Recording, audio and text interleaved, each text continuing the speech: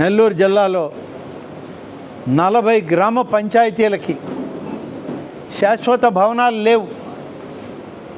నెల్లూరు జిల్లాలో పంచాయతీలకి శాశ్వత భవనాలు లేవు. ఉమ్మడి ఆంధ్రప్రదేశ్, విడిపోయిన ఆంధ్రప్రదేశ్ అయిన తర్వాత ఇంకా మన జిల్లాలో 40 గ్రామ పంచాయతీలకి లేవు అని అంటే దాదాపుగా 32 లక్షలు ఒక్కొక్క గ్రామ పంచాయతీకి మంజూరు చేసి 12,80,00,000 రూపాయలని విడుదల చేశాం. మన ఉప ముఖ్యమంత్రి గారైనటువంటి పవన్ కళ్యాణ్ గారికి ఇవాళ నెల్లూరు జిల్లా గ్రామ పంచాయతీ వ్యవస్థ ప్రత్యేక ధన్యవాదాలు మనం చెప్పాల్సిన అవసరం.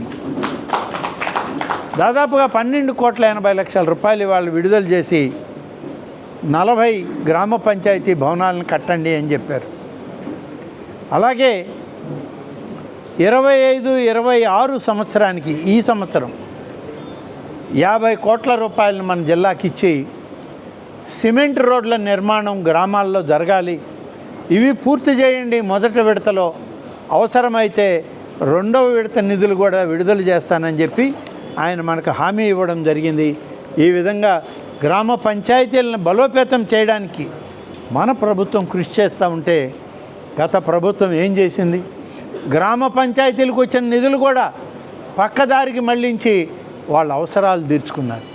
గ్రామ పంచాయతీ సర్పంచులందరూ పాపం పోయిన దఫా వచ్చిన వాళ్ళు అందరూ ఆ పార్టీ వాళ్ళే, మన పార్టీ వాళ్ళు ఎవరు లేరు. అయినా వాళ్ళ నిధులు కూడా వాళ్ళకి ఇవ్వకుండా వీళ్ళే బొక్కేసిన పరిస్థితి. కానీ ఇవాళ మనం వచ్చాక ఈ సంవత్సరం రోజులు గ్రామ పంచాయతీలకు వచ్చినటువంటి 15వ ఆర్థిక సంఘం నిధులు, 14వ ఆర్థిక సంఘం చివరి నిధులు కూడా పంచాయతీలకి అప్పచెప్పాం. ఎక్కడ ఒక్క పైసా ఈ ప్రభుత్వం తాకలేదు.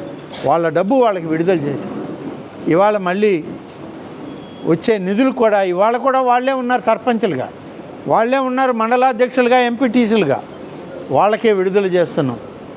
మన నియోజకవర్గంలో, మా నియోజకవర్గంలో ఆత్మకూరులో జరిగే ఒక సంఘటన ఇవాళ మీడియా ద్వారా అందరికీ